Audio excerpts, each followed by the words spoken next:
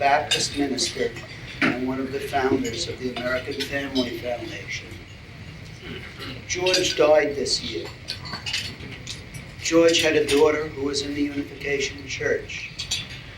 George testified in the hearings in a number of places and was one of the first people who, on the one hand, alerted the community about the dangers of destructive cults, and on the other hand, provided a living evidence of the fact that people who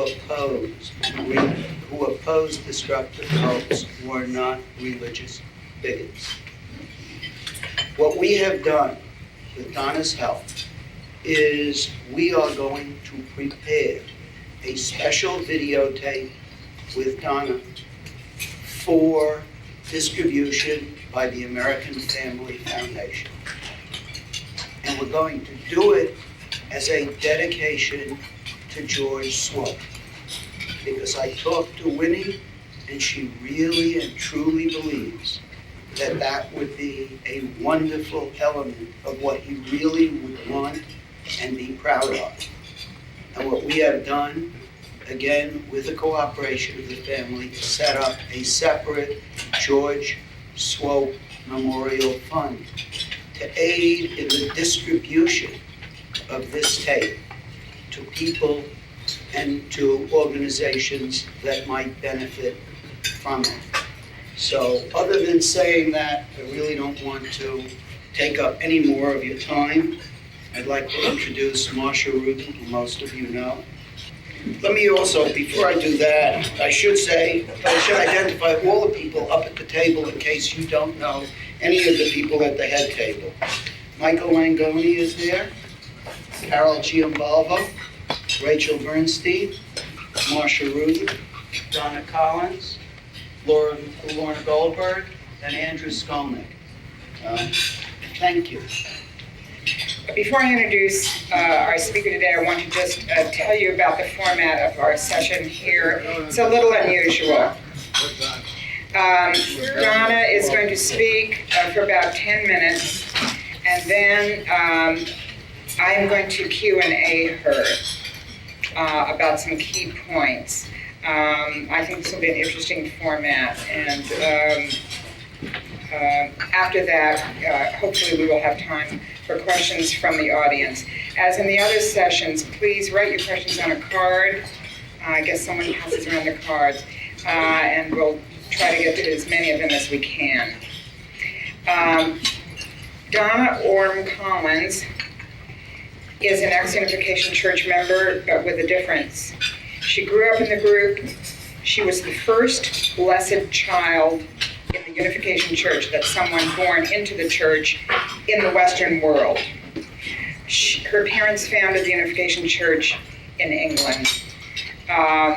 She left on her own at age 25.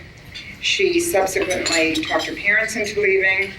She now lives in Arizona with her husband John and her adorable 3-year-old daughter.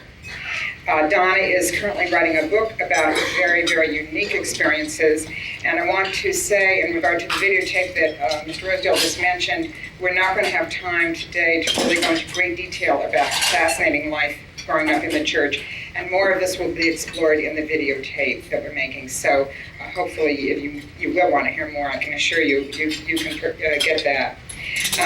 She's writing a book about her experiences, and she has already appeared on many TV shows, one on PBS and CBS, and some local Arizona news programs.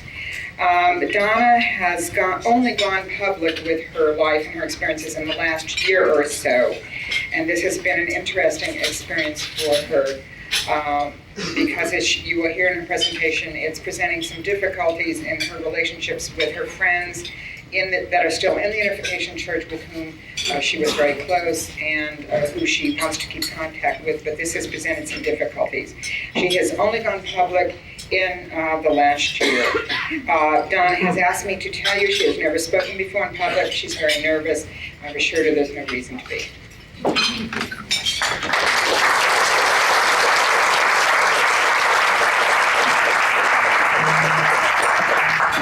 Hi, good afternoon. to forgive me if I shake or suddenly go through the floorboard. I'll get back up in a minute. I'm here today to talk to you about my experiences growing up as a blessed child in the Unification Church. It's not an easy topic for me to talk about, especially as I have so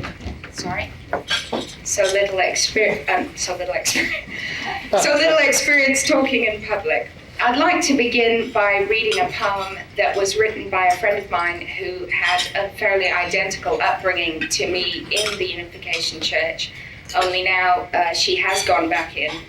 And this will lead into my speech. It's called Missionary's Daughter.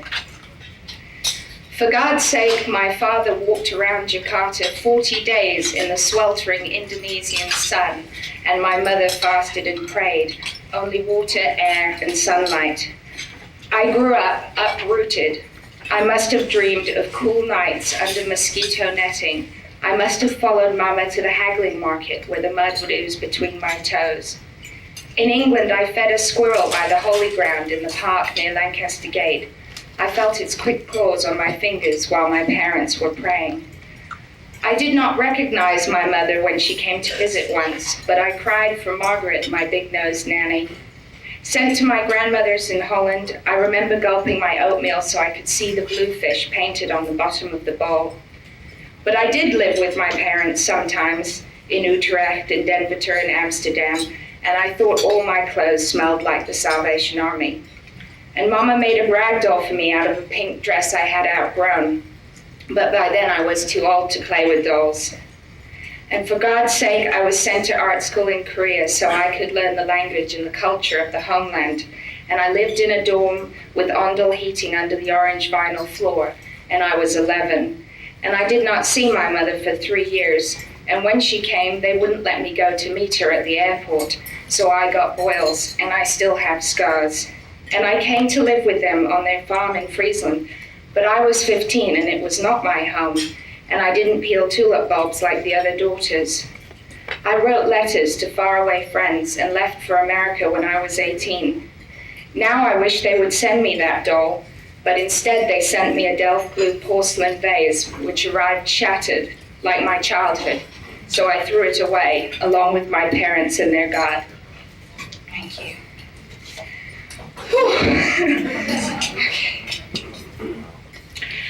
First of all, I'd like to say, obviously, not all about my childhood was dreadful. I did have many wonderful moments, and children do learn with coping mechanisms how to handle all manner of things that are thrown at them. I was born Yangun, which is Korean for eternity, and I was considered the first blessed child in the Western world, which means to be born without sin. And although I lived in a somewhat protected and somewhat naive community, I wasn't allowed to spend any time with my parents, so I was mostly in the care of other people. As a child, I was under constant pressure because of the idea of Reverend Moon being the Messiah and having to save the world. So since I was about 2 years old, I would be continually talked to about saving the world, who I was going to marry, what sort of things I was going to do in the future in order to bring mankind to understand that Reverend Moon was the Messiah. So I didn't really have much time to be a child. There were heavy pressures for one so young, and I sat through 7-8 hour lectures by Reverend Moon where I couldn't get up and use the bathroom and where I couldn't go anywhere other than sit there and listen to him speak, and that was a regular occurrence for me. I had pledge in the mornings at 4 a.m., but the most devastating experience of my childhood, and I would say that of the other children that grew up with me, was the separation from our parents, a sense of loss and a deep sense of loneliness. We were unable to bond with others as small children, and we were under strict religious education and punishment. Like the gentleman who spoke earlier, they, although they don't exactly have the same beliefs as Christian Scientists, they do believe that when you're physically ill, it's a faith issue. So when I was 13, I had appendicitis and they didn't believe me, so it took them 2 months to get me medical care, by which time I'd passed out and got peritonitis. That was in Korea. Basically, I went through a lot of mental training from very young to believe that Reverend Moon was the Messiah. And although in England, I would say the church was less aggressive in its tactics, when I went to Korea and America, it became much worse. One of the hardest things is trying to get out, because they constantly tell you that the outside world is evil and that everybody in it is evil, so you do have no help. And you cannot see a way out as a young child because your parents are in it, so it's complicated. Not unlike any situation, whether it be war or military settings, the Holocaust, some survive mentally intact despite of all manner of abuse, and others go mad under extreme circumstances. I am here today because I was able to consult people and find a place where I could see a way out, but I have many friends who are still in, and some who are in mental institutions, and others who've tried to kill themselves, which is, again, not maybe uncommon for many teenagers growing up in our current world today, but it was, it's been very painful for me to watch my friends suffer in this way. I was very rebellious. Somebody's giving a speech on hooligans and what is it? I was one of those, I think. And I made life difficult for my parents because I didn't go along with the teachings. As I got older, around 15, I happened to be around Moon's family a great deal more, and I saw how him and his wife interacted with their children, which was fairly abusive, and how they had a tremendous amount of money at their disposal. I saw their oldest son using drugs, and I've seen people beaten, and I've been in a camp situation where Moon's sons pick on the weakest of the children there and hit them. And it's all for a good cause, of course. Leaving a psychological baggage is the hardest to get rid of, and the financial strain on the families. My parents are old. My mother is 70. She's given 30 years of her life and ended up with nothing. Meanwhile, Reverend Moon is a millionaire. I had lots of friends that helped me out. For me, there was no help anywhere else other than with ex-members or people who were involved. I went to my college counselor, my high school counselor, and none of them could offer me any advice, not understanding the nature of the mind games played with inside cults. And then in the end, my close contact with some of Moon's children and other things, I learned a great deal more, and I was able to provide for my parents the information and the corruption involved, and they were able to leave some years later. In conclusion, I'd like to say I grew up hearing words like unconditional love, true family, etc., and over time I learned that these were only words. Words, theology, and belief systems are not substitutes for a mother's arms and love, a safe place, and loved ones. Maybe one day people will recognize that love does not demand anything. It doesn't have you sign over your home, your possessions, or give up your children and then beat you down. Real love won't separate you from your family, your loved ones, or making your life in the world. Lastly, please protect the children. They did not have any say in all of this, and yet they suffer the most, silenced by the chanting, praying, and wailing of the ever-maddening masses. Thank you.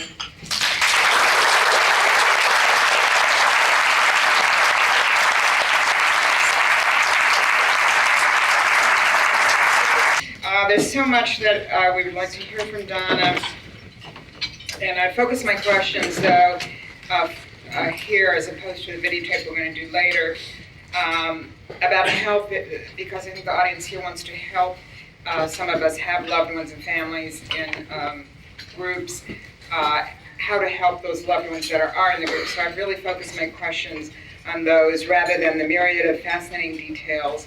I just would like to mention a few. Donna has had how many private meetings with Reverend Moon? A number of private meetings with Reverend Moon in her privileged position, and also knew the family very closely, so her personal experiences are very unusual. But Donna, I'd really like to ask you, given your experience of A, having left the group, and now B, as I said before, only in the last year or so, speaking out publicly against the group, which are really two different situations, how can an ex-member relate positively to siblings, friends, loved ones, parents, etc., who are still in groups?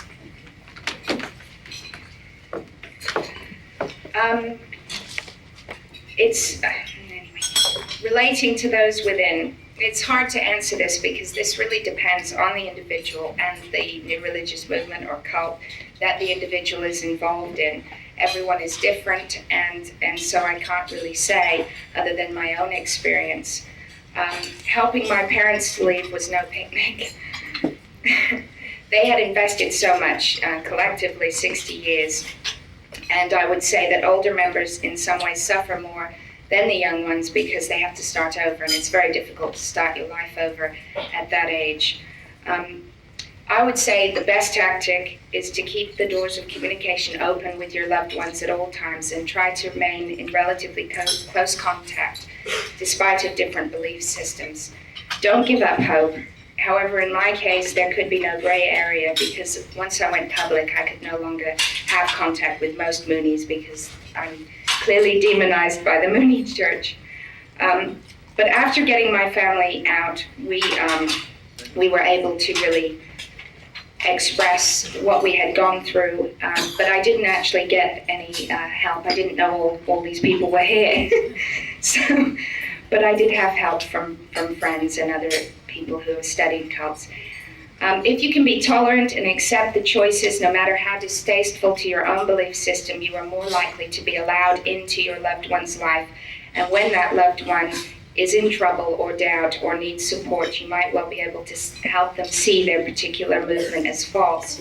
But whether you do or not, faith is an individual choice and it's a complicated issue. If you can see dangerous undertones or clear corruption, by all means get the information to give your loved one. But other than that, the only thing you can offer is to love them unconditionally. Well, that's a good lead into my next question. When you talk about information, how, in your experience, do children who are born into or just raised in cults for most of their lives, how do they get access to the information that they need to make up their minds to leave? You obviously got information, particularly about the corruption and hypocrisy, that you needed to make up your mind, difficult as it must have been. But how would other children who are raised in groups, how can they get access to this information? How could we on the outside world help to give them this information? Sorry for the sitting up and getting up and down. For me, getting information was fairly easy because I was close to the Moon family somewhat. I mean, as close as anyone can be being Western. And so I was able to see firsthand a lot of the corruption, so I didn't really need to be told. I also had close relations with a number of the, with Moon's illegitimate children, and that also further gave me information. Within the Unification Church, the blessed children or children of the members are very close and tend to speak among themselves and with each other because no one can quite grasp what it's like to grow up like this. And I don't know about the other groups, but in that way we got a great deal of information. Now I would say there's a tremendous wealth of information on the internet, and that offers new awakenings for young people wanting to find out things. And other than that, it would be nice if there were more professionals in colleges and high schools who were well versed on what it is to grow up in a cult. The problem, though, you're assuming that these kids are going to, say, a public high school, which is not always the case. I don't need to tell some of you in the audience that. You've mentioned the fact that you sought help from counselors. I guess you went to public high school? Yeah. And college counselors. And as some of you may know, I was director of our AFF education programs, where we try to outreach to counselors and other mental health professionals about cults. And you said that you didn't get any help. And we all know that sometimes these therapists, unfortunately, do more harm than good through their lack of knowledge. But based on your own experiences, how can therapists and others like ourselves who are concerned but are not mental health professionals, how can we best help someone who has grown up in a cult recover from that experience? I have to be honest and say I really don't have all the answers. I only have my own experience to go by. But for me, the relationship with ex-members was extremely important, also with academics who had written books and studied. I was able to educate myself by going to the library and learning things. I would also say one of the most important things that therapists or family members or anyone can offer these children is a safe harbor and a listening ear, and to be able to be unconditionally accepting, because within the Unification Church anyway, you have to live by a set of rules, and if you don't, you're basically mistreated. So I would say for a child's point of view growing up in something like this, the most wonderful experience is when you are greeted with open arms and treated as a human being, in spite of how you live your life or what your sexual orientations are or what you do with your time, that you are actually treated as a human being. Personally, I can't really say more on that. I don't want to stand here and tell you that I didn't learn anything, because I did learn a lot. I learned what religion should not be. And I learned that that leaders interested in power are not messianic figures. And I also learned that God is not and does not punish us for being children and for being sick and for being human, for being women, or for being anything out of the norm, because there is no norm. And he does not condemn children.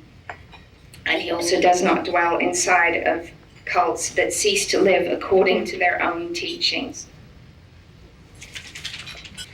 Donna, you're now a mother of a young, beautiful little blonde youngster, as you might imagine.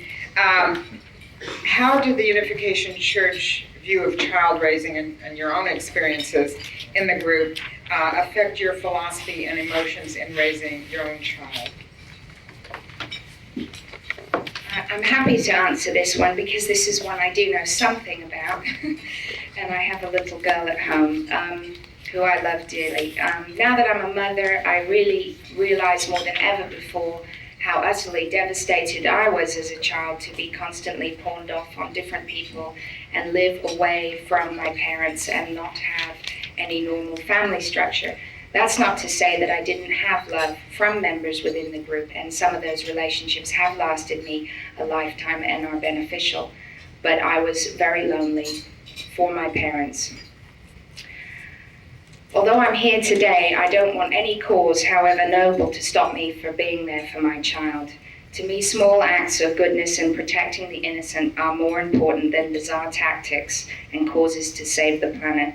But first, you have to save your own life and your children's. Thank you. Because I'm such a fast talker, we have, fortunately, lots of time for questions from you. I would just like to, is someone collecting cards, or how does this work? Rachel's cards, okay. Before I do that, though, being a control freak, I relinquish control very, Michael's last, grudgingly. I'd like to ask a question, and I don't want to get really personal, so please let me know if I am overstepping your privacy issues. What concerns me most about children being raised in cults, and I want to just put a plug in for myself, if I could, before I finish my question. In 1982, I spoke to a CAN, the old CAN, the real CAN conference, about children in cults, and this was the first time anybody ever thought about it. I don't know if y'all remember that. So I want to just give myself a little pat on the back for thinking of that a long time ago. And it has become really a very important issue to me. One of the most agonizing things for me to think about is the developmental issues in growing up and the normal, for example, teenage type of transition issues. I once met an ex-member at a CAN conference who told me about her experience growing up in a cult in Canada, a Bible-based group, and her biggest problem, and I know it sounds laughable, but think back to teenagehood, was that she was asked to the prom and they wouldn't let her go because they wouldn't give her the money for a dress. Now that sounds very trite, but that is just a horrible thing for a teenager to go through. How did you or other teenagers in the group, when you started feeling, hormones and all kinds of rebellion issues, how were these handled in the groups, and were you sort of frozen, or the other people frozen at this developmental stage, which I think would be damaging? I wasn't prepared for that one. My experience growing up, again, I do believe that the different cults or new religious movements they vary, so I really can't speak as to what other children have gone through in other groups. But my own experience inside the Unification Church was basically when you get to teenage years, you start being primed to be married in an arranged marriage. So, and you are not allowed to date or go dancing or whatever. So, and basically the adults freeze around you. I was 18 before my parents ever told me about the birds and the bees, and they just gave me a book and ran out the room. But then I think that happens to a lot of people. So that may not just be a cult experience.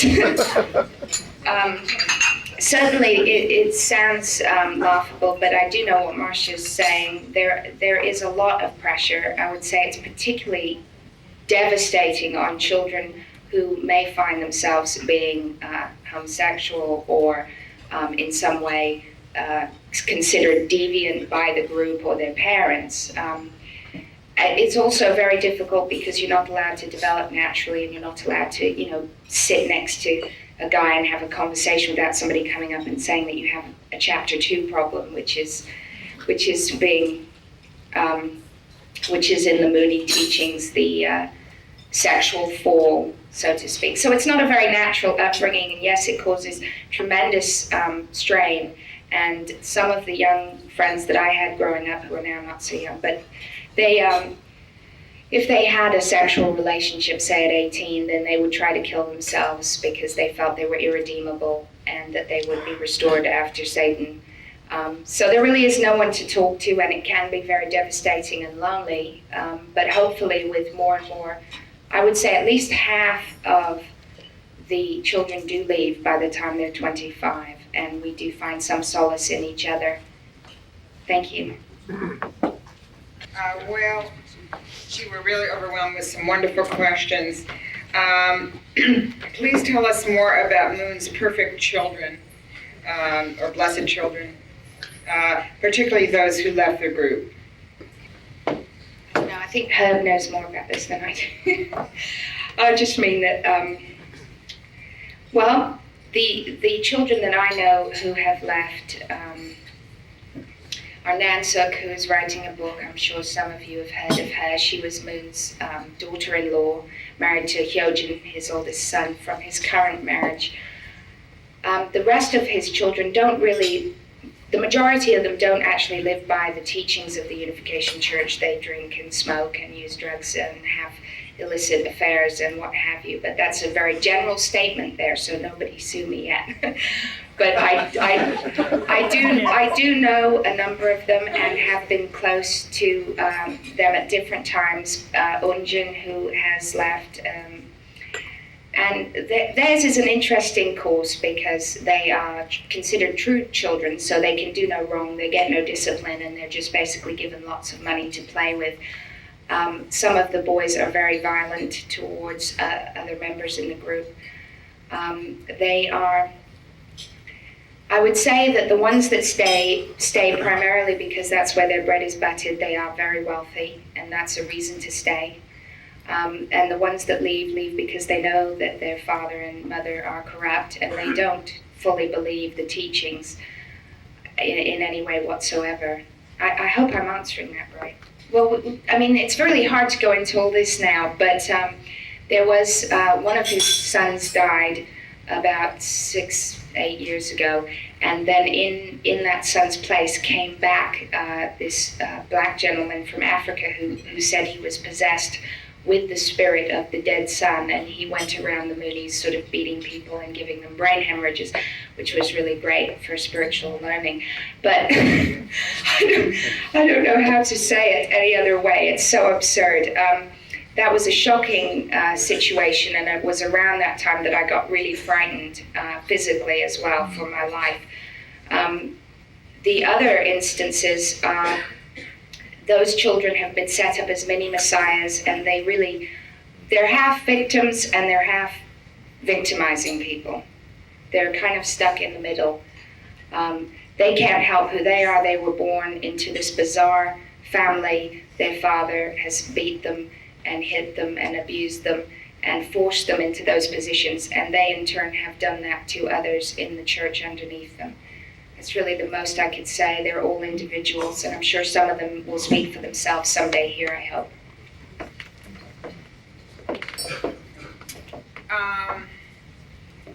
Maybe you've already answered this, but maybe you could be more specific. How and when did you reach the conclusion that Reverend Moon was not the Messiah?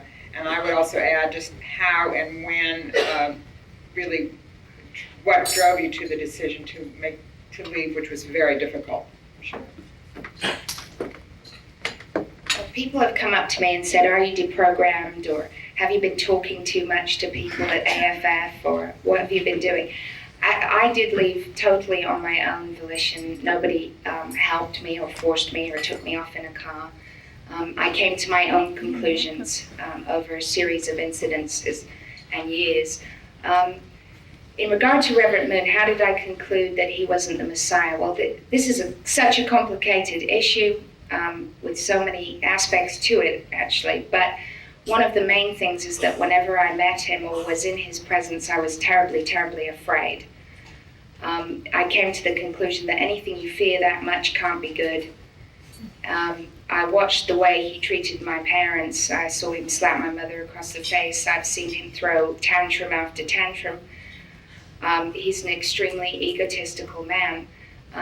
Again, I do believe he believes his own legacy and that he does believe he's the Messiah, and that's why he can justify the things that he does. I wouldn't say that of the people around him or of his children, but he certainly believes his own delusions.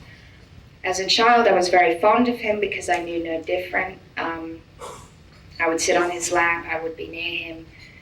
I thought he was Messiah because that's what everybody told me, but when I got old enough to reason, just his own behavior towards me and towards his own family, and the things that he would say in public against Americans, that all American women are sluts, that all black people are lesser, that the Holocaust was meant to happen. These are things that people don't realize about him, and once you look at that and you swallow that and you think about it long enough, it was enough to make me leave. Thank you.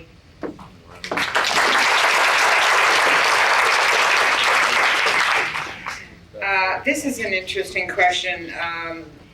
Tell us more about your relationships with the other non-Unification Church kids in the schools that you went to.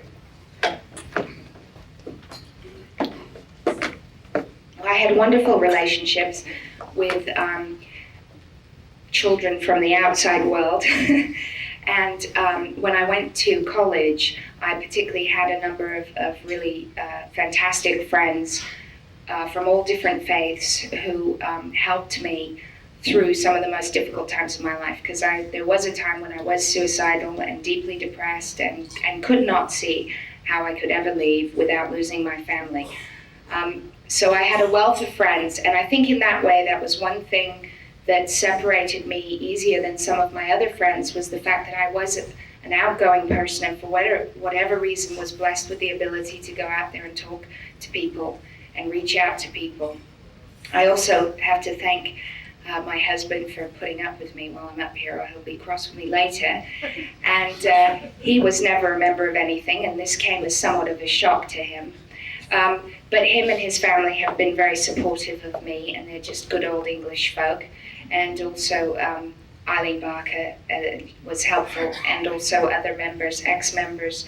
Eileen Barker's not an ex-member, but other members who have been there for me, and who really carried me through some of the worst times of my life. I am very, very lucky. I have many friends who have ended up in dreadful situations.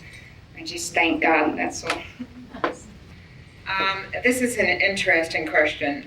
During the long time spent listening to Reverend Moon give his speeches, I guess they're pretty long from what I've heard, longer than rabbis, which is astonishing. I'm Jewish, I can say that. I'm married to a rabbi, so I can say that. How would a young child, be treated or disciplined who was not sitting there quietly, or did you have to sit there quietly? I have to say that my parents were not physically or in any way sexually or in any of those ways abusive with me, although other parents were with their children. I have friends who had their arms broken, bones broken because they wouldn't go to speeches or blessings or got beaten. But in my case, that was not the case. And in other cases, it's also not the case because everybody's an individual, and I can't say that all the people in the church, the members themselves, are not bad people. It's the leadership that causes the problem. In my case, my dad would just act very, very disappointed with me, and if you knew my dad, that would be enough. I would have to sit there, and you are so used to it because you do it from the time that you can walk, that you don't go to the bathroom and you don't get up, and you just know that there are 200 people staring at you, and if you move, you're going to be in big trouble. I couldn't sit that long now or listen to anybody for that long. The longest I ever had to sit was when I was at 11. I think I sat for 17 hours. But, and most of it wasn't in English, so it's a bit of a bummer.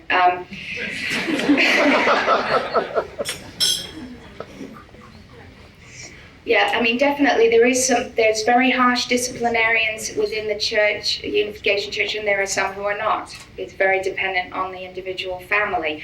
But the general standard is that you bow 3 times to the floor when Reverend Moon enters. You're not allowed to look him in the eye or his children, or you might end up getting a boot or a kick, or your parents might drag you out of the room and give you a good telling off. It's really the extent of it. Let's see. Did children challenge their parents, other children? Did they tell them about what they thought was wrong, and how was that handled? Let me ask you a couple, because these are sort of short. You described yourself as rebellious when you were younger. Did you have allies with some of the other kids? And were you educated only in Great Britain? And then there's an addendum to that question that I'll ask you.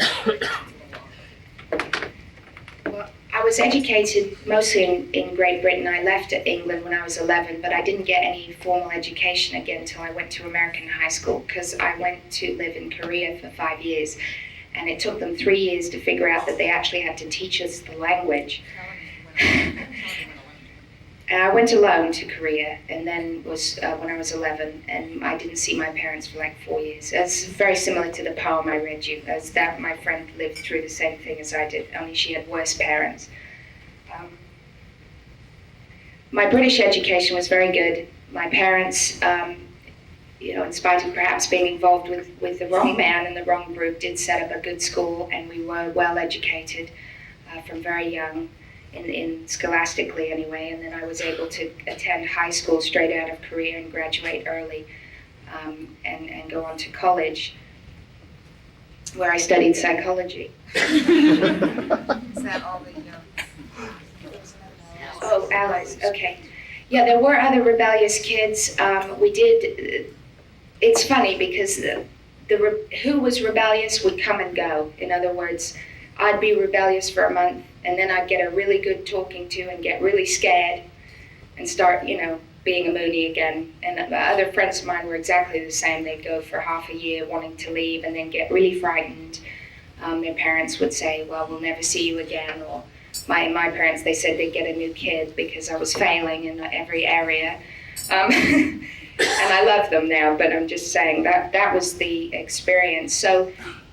Yes, we were rebellious together. Even Moon's own kids have been rebellious, and we had close friendships, but you never really felt you could trust one another, because the way in which the group is set up is that everybody is called in to report on one another, so you never feel fully like you can let your guard down until those of us who have fully left, if you will. I hope that makes sense. The second half to the question I just asked you was, you've skirted around the issues of your parents. Many of us, old-timies in this cult field remember those articles with London Daily Mail about your father leading the libel suit against them, Dennis Orme. If you could tell us more about your parents, how did they become involved in the Unification Church? What are some of their experiences now, having left? I do want to say that Donna's parents are involved in a lawsuit so that if she is a little constrained in what she can say. I would imagine that at some point you'll see my parents will meet, or they'll come and speak maybe someday. They really should tell their own story. Their story is very different from mine because, of course, they joined of their free will. And my mother was the first American member, first Western member to join. She was the apple of Moon's eye for some time in that. And then my father joined in Britain. She brought him, and then they founded the British Church, and at one time the British Unification Church. I'm sorry, I'm forgetting the question, but well, my parents are good people.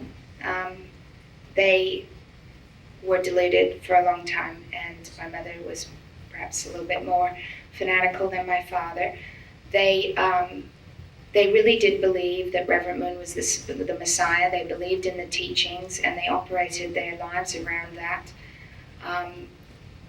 Later on, when they found out more and more things about him and his corruption and his abuse of people and money and so on, it devastated them in such a way, like losing a loved one or having someone die. You feel that your heart is broken. I've seen them go through that. My husband and I basically look after them now. They have nothing financially and nothing. They've lost so many friends. They've been persecuted and mistreated.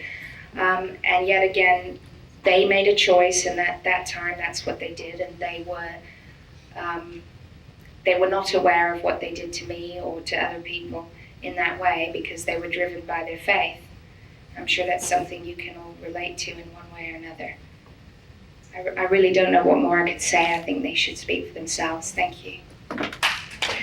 I think this is a good place to end the session. We don't want to get too far behind on our afternoon program. Donna, I want to thank you. You've been an inspiration to us, hopefully to all ex-members and to people who have family and loved ones in groups. We wish you the best of luck for the future, and we want to thank you again.